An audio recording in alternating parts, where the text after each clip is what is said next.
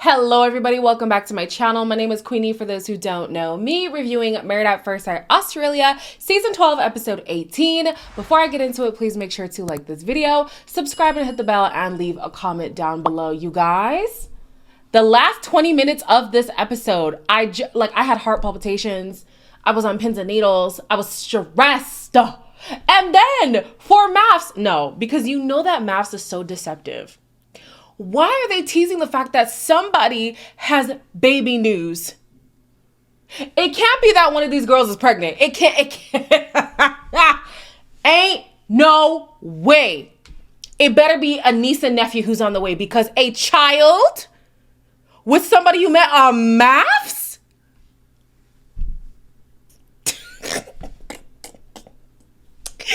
Anyways, let's get into this episode, okay? While the newlyweds are moving into their new apartments, Billy is officially moving out. What the Honey, I'm home. Who's this? These are my kids. They need to be looked after. We need this. You need to look after Mila and Penny. This is filthy. These It are is. I mean, I'm not going to argue with you there. And if I come home and the fish are dead, because I don't know how to look after a fish, no one's told me how to look after a fish, and now I'm going to have 2 dead fish. You know, I was wondering what they were going to do with their pets, because it's a good idea and all, but once you break up, somebody's going to have to take on that responsibility. And so Billy decided to give the fish to Jamie and Dave. Jamie thinks it's a bad omen, but hey, you're fish parents now. And hopefully that's the only thing that you are parents of, okay?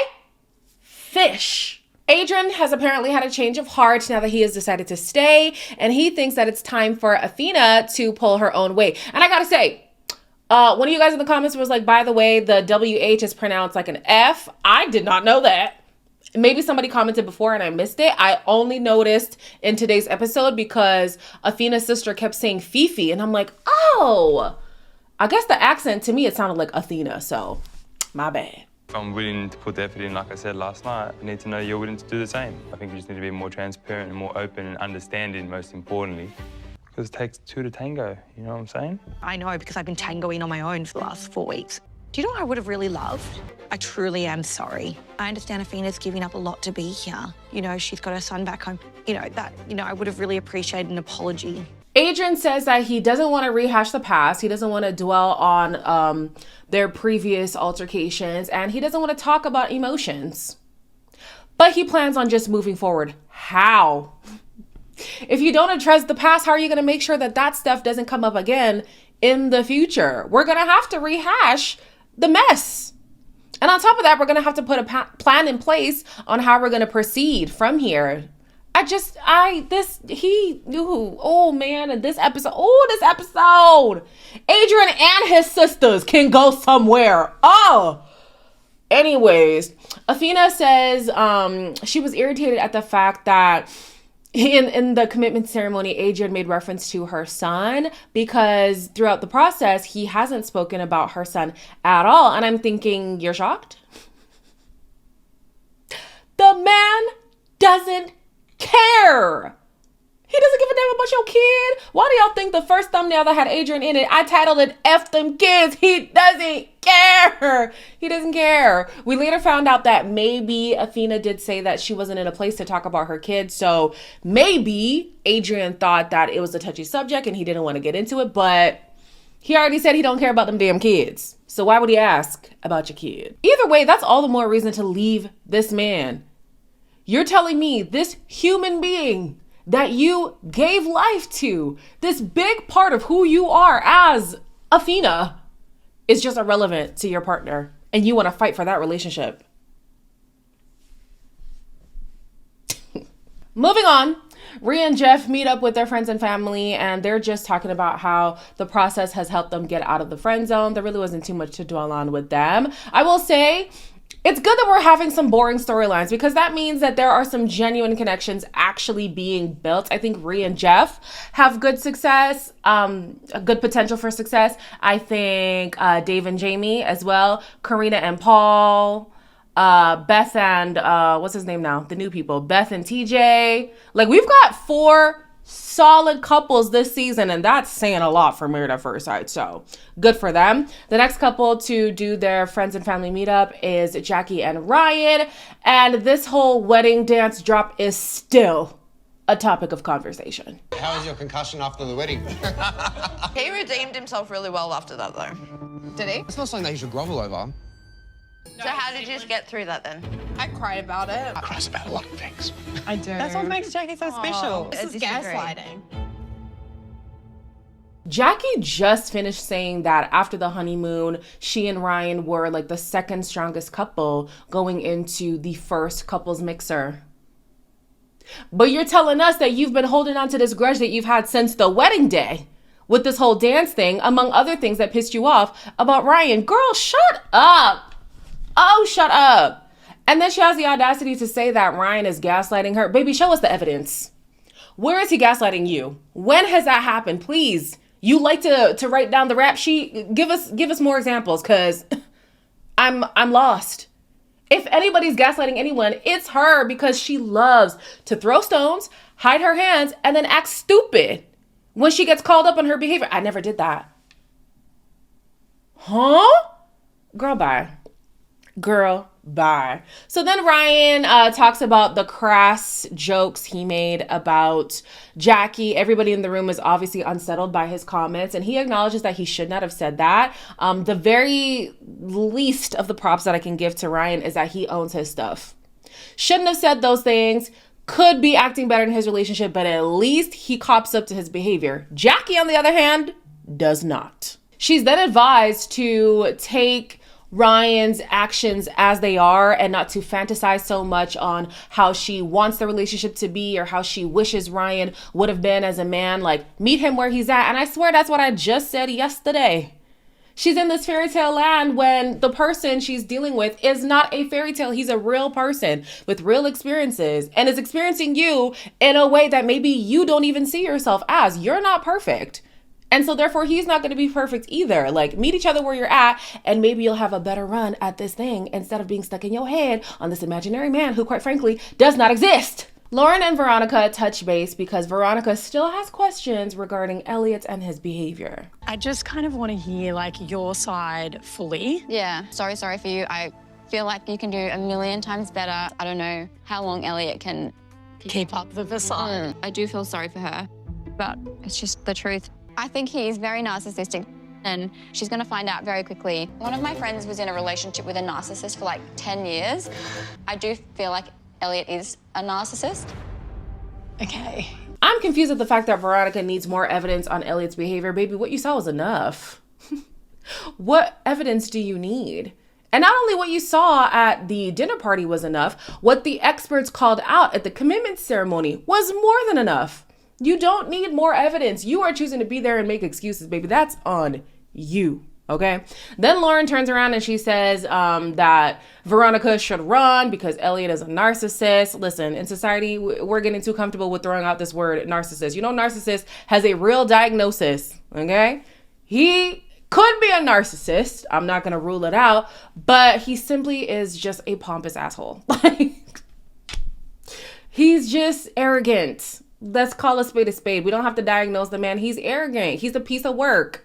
And that's enough to not want to have to deal with him. At this point, I start to look at Lauren because she brings up Elliot a lot, whether it's to other people, to the experts, to the camera, to Clint. I'm thinking, okay, I understand. You are here technically because of the whole Elliot situation, but you're with a new person who you claim you like a lot. So why are you still hung up on Elliot? Obviously, a part of it's probably producer-led conversations, but like, girl, she started to look at Clint a little bit sideways because he said he loves doing laundry. And Lauren is the type of woman who is traditional. She feels like a woman is supposed to cater to her man, and one of the ways that she wants to serve her man is by doing the domestic things like laundry. So she's like, is he masculine? I don't know. She then tells him that he is masculine, but he might not be an alpha male. And then she tells the camera that the reasons why she believes he might not be an alpha male and or masculine is because he shaves his chest and does spray tans. Lauren, get out of my face. shaves his chest. God forbid the man is well groomed. Oh, masculinity is in question. Goodness sakes. Now the spray tan, not gonna lie to you, I mean, that's a problem that I would never have, but I that's something that I would be like, okay, well, that's different. But to question your masculinity as a whole, get a grip, Lauren. The newlyweds get a crash course in what the OGs did that first 2 weeks. So the confessions, the photo ranking, whatever. Beth and TJ, they ranked each other number 1. There wasn't much commentary with them, but with Lauren and Clint, Lauren had a lot to say. Marina, she's actually lovely. What about her boobs? It's probably not something I even noticed, to be honest. Physically, on appearance, I actually would have ranked her higher. I think she looks rough. Really? Yeah. I would even put Marina in front of Jackie. I learned that he likes scruffy women. I would have expected him to put me first. To call another woman rough and scruffy? No, don't laugh. That's not funny. I would expect nothing less from Lauren. I would expect... I don't want to laugh. I would expect nothing less from Lauren. Lauren has a nice nastiness about her, but she's been putting on a good front for the most part on camera because of the position that she's been put in with Elliot. Then Clint says, you know, somebody like Jamie might be too much for him because she's so outspoken and whatever. I'm thinking you've got another thing coming dealing with Lauren. You're worried about Jamie? Good luck. When the couples first did the photo ranking challenge, I was so curious to know how Elliot would have ranked the girls. And now that he's here, I get a chance to see how the women line up. Well, the women who are left, at least. Purely physical. I don't know. That's a surprise to me. Not attractive, not attractive, not attractive. Like, I'm just not attracted to her look. Not someone that I'm drawn to. I don't find her really that physically attractive. Physically speaking, not really attracted to her. But didn't give me any insight into what it was that he found attractive. She's beautiful. Yeah. Personally, I don't really feel like I learned anything. You know, I was ready to cook Elliot. I was, but I can't. He approached the photo ranking challenge simply at face value. He was like, I find this person attractive. I don't find this person attractive. And she didn't like that. Veronica wanted more substance in his answers. She wanted to get some insight on why he feels like a certain person is unattractive. But there is no rules on how you handle the photo ranking challenge. You're given photos. You're told to rank. He did exactly that. And I'm glad that it didn't put Lauren too far down the line, because I was like, you basically are with a younger Lauren right now. Lauren is an attractive woman. Don't do that. Don't do that. So fine. But I was just like, why is Veronica upset?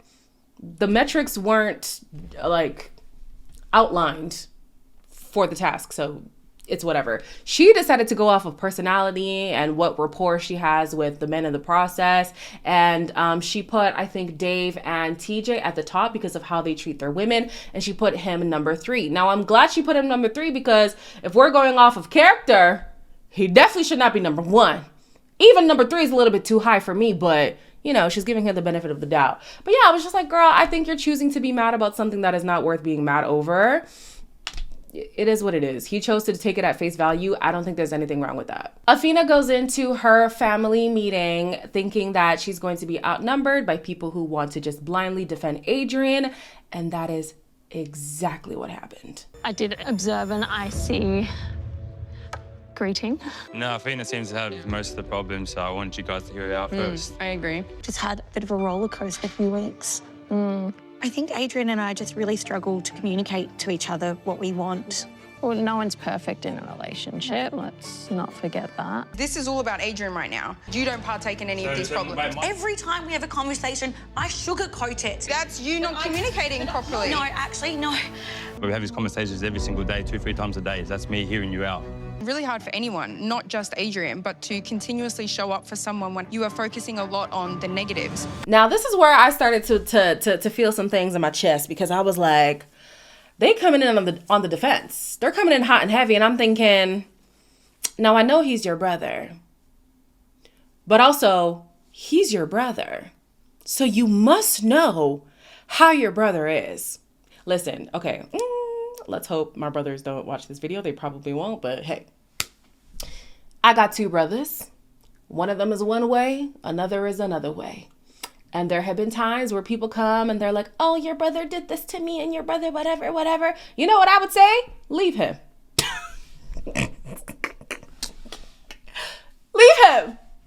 I know my brother. I've known him for almost 29 years. I know him. So if you're complaining, baby, you know him too. What do I look like windmilling for this man? Like, I love him. I do. I wish him the best. But you're coming fighting a losing battle, babes. Oh my gosh, I can't believe he did this to me, baby. I can't believe it. So, baby, if you want to leave, leave. If you want to leave, leave. If you want to stay, Godspeed, because you already know the situation that you're in. I know my brother. I would not be windmilling the way that Adrian's sisters were windmilling. And for me, being on the receiving end, being partnered with somebody like that, I would find it concerning that you are unable to hold your own brother accountable. Because then I'm always going to be the enemy. I'm going to be the big bad wolf all the time. I'm always going to be in the wrong. No. I can't do that. I have to be with a partner whose family is able to be realistic about my partner and is able to hold them accountable when they are very clearly in the wrong, or at the very least, give me the benefit of the doubt and approach the conversation without bias as much as you can. But the way these sisters came in, I said, hell no. So then, of course, Afina's sister Cleo comes in just as defensive because she has heard her own sister's account of things. And you know what? I'm kind of glad that she did, because them sisters needed their asses handed to them. And at least Cleo was giving them some kind of pushback. So let's just stop it there. He has not even shown up. From what I've heard. Not even once. Okay, Jasmine was speaking and Cleo just started speaking over the Literally, top I of didn't even her. get to finish what I was saying. Because when I'm ready to talk about my son, I will talk about her son. So initially you said, when the time is right, you'll open up about No, your that's son. not the conversation how it went. said- I actually brought up my son a few times, just randomly here and there, and You that's don't have actually to. true. How about we lose that attitude about her being a mum? How Right dare there, you? you're putting pressure How dare you? They are not good enough to be in your life. He is definitely not good enough to be in my nephew's life. Actually, I don't need to listen to this It's shit. a pointless conversation. Make sure you leave the apartment Happily. and actually pack I'm his not even stuff this arguing, you're time. talking. My chest was so tight, you guys. I kid you not, my chest was so tight during this back and forth. The sisters were on some rah-rah energy for what? For what? You know your brother has a rank attitude. Like, let's not pretend. Let's not pretend like your brother is a saint. Oh my gosh, I did not like the way that they came in with their energy on 10. I did not like the way that they spoke to Afina. I did not like the way that they spoke to Cleo. Granted, Cleo had her energy too. I did not like it. Did not like it at all. And then the sisters get up and they leave, and Afina's like, yeah, bye. And Adrian, you can move out too. Yeah, everybody go. Everybody leave. And then one of the sisters comes back. And she's trying to relate to Afina because she too is a mother. And she's like, as a mother, I understand, blah, blah, blah, blah, whatever. But then she's like, you could have left though. Now, could have Afina left? Yes. Y'all know I've been saying that from the beginning. She should have left from time. I fully agree with that. But how dare you bring that up to me as if your brother has no fault? Even if Afina should have left, Adrian is not absolved of his bad behavior. Not by any means. And to see that his family will not hold him accountable at all was enough that I needed to see. I would not need to see anything else. You will not see me at the next ceremony. You will not see me the next morning. You will not see me tonight. I will leave and send for my clothes. I will send for my things. We're done. We are done. The way these people pissed me off. I was thinking, if this is scripted, y'all did a hell of a good job. Because I felt it. I felt it in my bones. I felt it in my spirit. I was livid. I actually was like, there was a stirring in my body. I was like, I should not feel this. I can't speak. I was so discombobulated. I said, this is not happening right now. I want to know how much of this was real. If it was real, then the reunion's going to be great. If this was real, the reunion is gonna eat down. Ooh, bring the sisters. Bring the sisters to the reunion because, wow. Yeah, this is crazy. Then the sisters are talking about the fact that you can't polish a turd. And even if you put a bow on trash, it's still trash. You're right. Absolutely. And we're looking at your brother. Okay. Anyways, the next episode, apparently there's some baby news. It better be a dog. It better be a niece or nephew. It better be one of the fish was pregnant because I can't. This season, I can't do it. But I'm loving every second of it. So as always, please make sure to like, comment, share, and subscribe. And I'll see you in the next one.